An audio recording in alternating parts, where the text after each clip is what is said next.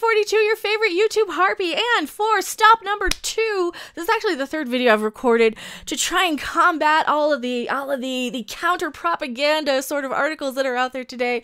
We got another one. This one's probably gonna get released before the other one today. Star Trek Discovery USS Enterprise design change clarified as a creative decision, not a legal one. Okay, let's clarify this for a second.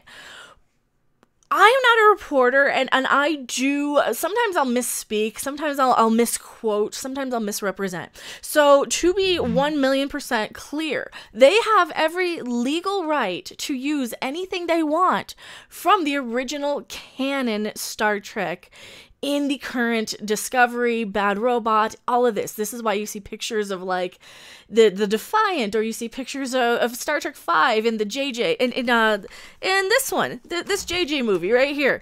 Using this in another video later. So they do have every legal right to use those for a fee. They can pay for them. They cannot monetize them if they use them. So they could make everything 1000% correct to our original television and movie canon up to before 2009. They choose not to be allowed to monetize it, to be allowed to sell models and ships. Because why not, right? Why would you not change something? God, now it sounds like I'm shilling for the assholes. Why would you not change something so you can make a buck off of it? That's why. So this article is clearly designed to kind of discredit anybody who's released in the past few days that maybe Star Trek canon and Star Trek Prime are two different things. We will clarify for you guys. We'll kind of run through it. So before we get started, we're going to show you a little thing. And now this comes from Destination Star Trek 2018. Let me pull up the actual picture of it here for you guys. I have 500 tabs open, so excuse me. This now I'm gonna give full credit. Go subscribe to, who are they? Irish Trekkie. I'm only using one little screenshot of theirs because I can't find this anywhere else. Go subscribe to them. Total shout out for having this footage. Here you can clearly see, right, if you zoom into it, how it shows. Hi Scott, say I can barely read this. Let me zoom in. This too was a part of the 25% difference between the two ships, right? So what they're doing is they're basically talking about the arrowheads on the two different ships. And now this footage was at a convention. This was at the Destination Trek convention in Birmingham, where they show all kinds of little ship designs, diagrams, why the ships look different, why this stuff is all different. Here's like the final versions, I believe. But the real important one is this production note here that states the 25% difference. Now that is the legal requirement for them to monetize it. And I know it's super duper confusing. I am confused the crap by this too, but this is as simple as we can put it. It is so that they can monetize it. They can legally use it. They just can't sell a model ship of it because all that money is going to go right back to the original license holder. And they don't want to do that. They want to make money on it, and they want to sell model ships with their own universe, and they want to have their little deals with Eagle Moss and all these things. So this is why the ships and everything else is 25% different. That's kind of the magic number. That's the sweet spot. Now let's get into this little article about, that's trying to misdirect you yet again. And here I am. I'm not bullshitting you guys. I'm giving it to you as plain as day, as from what I can find and from what I can source. According to all of the research that the guys over at Midnight's Edge did, and a lot of other people have been on this 25% difference thing has been a reoccurring thing in Star Trek. And now we have these articles there to try and misdirect you, to say, oh, no, it's a creative decision, not a legal one. And yes, that is technically true. That is a creative decision to not legally use some ship so that they can actually monetize it. You see where they're going with this. So I just wanted to kind of show you this. And now this article was reissued on February 11th from April 17th, 2018. Why this date? Well, this was last year when they first kind of let the cat out of the bag, so to speak, of the 25% difference. This article was just to kind of combat that little leaked information. So as long as we can kind of come back with that. Now, according to this, TrekMovie.com is not associated with CBS, All Access, Paramount, or any of those in any way. But they're one of those sites that I kind of like to refer to as starfuckers, as the shilling for the opportunity to shill. They're the ones who are going to be, and I kind of throw a lot of these sites in the category. Now I'm not going to call names. I'm not saying they're shills, but they kind of are one of these positive spins that want to kind of get on the good side of the production companies, and they're not going to give a negative review of anything. They're going to go out of their way to paint everything in a positive light, just on the off chance that might give them access to something, on the off chance that it might get them an interview with a cast member, a free review copy of something.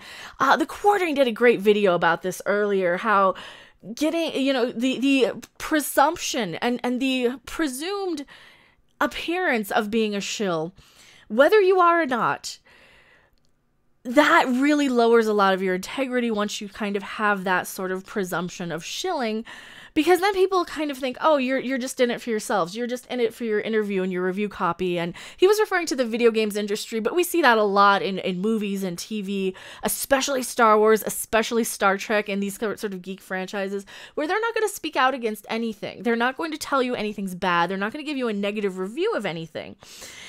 And that is one of the things that I really, really, really want to stress when I use the term like shilling, because a lot of the time they're just in it for the opportunity to shill, if you see what I'm saying.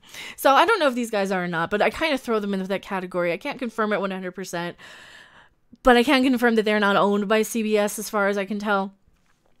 Let's get into this article now that you've kind of heard why the article is just there to sort of misdirect you guys. Last week, veteran Trek designer John Evans shared some notes on Facebook about the process of designing the Enterprise as seen in the season finale of Discovery Season 1, and how it differed from the concept art seen in the 2019 Star Trek Ships of the Line calendar. We reported on Eve's description of those differences, however, choose not to cover the additional comments he made that were outside the bounds of being strictly design notes. Oh, I showed you the design notes. Do you want to see the design notes again? Oh, no, that's the Birmingham Convention. We'll show you guys the design notes. Here we go.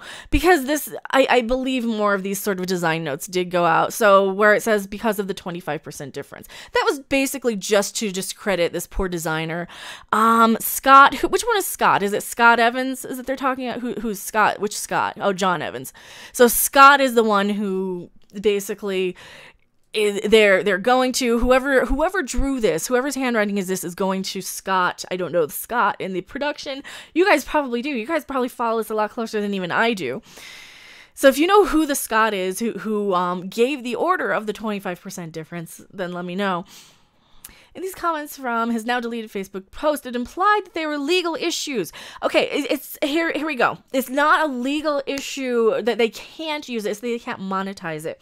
And I'm sorry if I haven't been very clear. I'm sorry if I've been kind of misspeaking and just saying that they can't do it for legal reasons. Well, it's legal reasons and monetary reasons, because they would legally have to go through and hand over all the money. So yeah, it is for legal reasons. They would have to go through and hand over all the money to the original copyright holders who still own the licenses for the TV series and the original movie canon. That is why.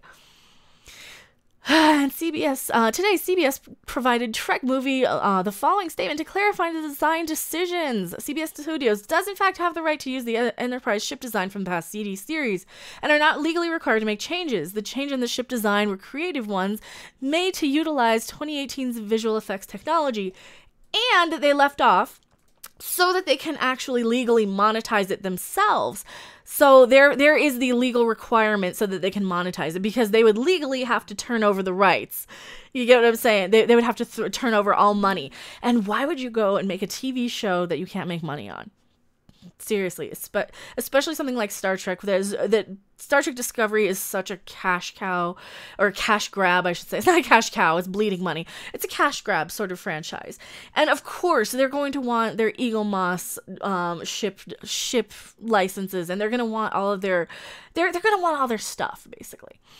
So that is why they're saying, oh, legally we can use it. Yes, you can legally use it if you pay for that, if you pay to use it. So yeah. Redesign fits with Discovery's visual update inside of Prime canon. Now here we go. Here's their other little misdirection word. Prime canon. Prime is different than canon. Your Prime canon is one thing. Shout out to, I can't remember your name anymore. I'm so sorry. I'm terrible at names. Shout out to who sent me this. You're on my Twitter. You thank me for using it. So I'm going to use it again. Let me see if I can find it. Is it this image? No. Which one was it? Now I don't remember which image it was. We got to find it. Oh no. Oh no. It's not that one either. Is it not this one? I'll find it for you guys and I'm going to use it. It's not any of these. None. Did I lose it? Oh, here we go. Here it is. Blooper reel, right? So here it is. Your prime universe, your prime, anything with the word prime in it, your prime canon universe is JJ Trek, Discovery, Kelvin Prime. The new Picard series follows under this prime universe. Anything that has Bad Robot or their sub company's secret hideout, or is it secret hideaway? I never remember the name of it. It's the one that Alex Kurtzman's in charge of. It's kind of a sub production company inside of Bad Robot. Now, canon or original canon is going to be TOS, TNG, DS9, Voyager, Enterprise, and that's all actual canon. Plus, the films, plus anything with the original cast in it, except for this goddamn thing, which actually had an original cast member just to fool us, and one picture that they could legally use just to fool us into thinking that it's in there in the right universe, just to kind of get the real Trekkie money in there before they say, fuck you, get out of our franchise, you're old and your stuff is old and you should just go and die already because your stuff is too old and we don't like your Star Trek, we want new Star Trek with holograms and shiny stuff, and we don't want hockey boring Trek, we want you old people out of our franchise. That's what they tell us all the time anyway. So I'm not even going to bother to read the rest of this because you guys can read this article all you want. Oh god, I gotta read what Alex Kurtzman says though. Obviously, Discovery looks more modern than the original series because we are in a modern world now. If we made the show look that way, people would not feel it was worth the money. This is code for we wouldn't be able to monetize it. We would make your Trek, but it wasn't worth the money that it cost us to make it. Let's see, read between the lines. What is he saying? He's saying it's not worth the money to make it if they can't monetize it, is exactly what he's saying. That being said, every prop and costume design is filtered through what existed at the time, and we do create the new version of it. Or do we augment the original design in a very subtle way, or do we just leave it alone? And when I say every prop and design choice, I mean every prop and design choice. So I think you'll see a lot of tips of the hat to the original series and that timeline. Right here, he says, right here, it's a different timeline. It's a completely different timeline, right from the horse's ass himself. I didn't even know that was in there. Holy shit. Thank you, Alex Kurtzman. You just confirmed it's in a different timeline. Oh, I love you for being stupid. Oh, love you. Sometimes you just gotta. I should buy a lottery ticket. This is like a lucky little find. It's the original series in that timeline. The original series is its own timeline. Right here from the horse's ass himself. But obviously, we wanted to create a more modern experience that necessitated certain adjustments. Oh, I'm gonna leave it at that. I don't think I can find anything better. If you find any more golden nuggets in there, I don't want to make this video too long. I already gave you a half-an-hour rant covering this stuff earlier.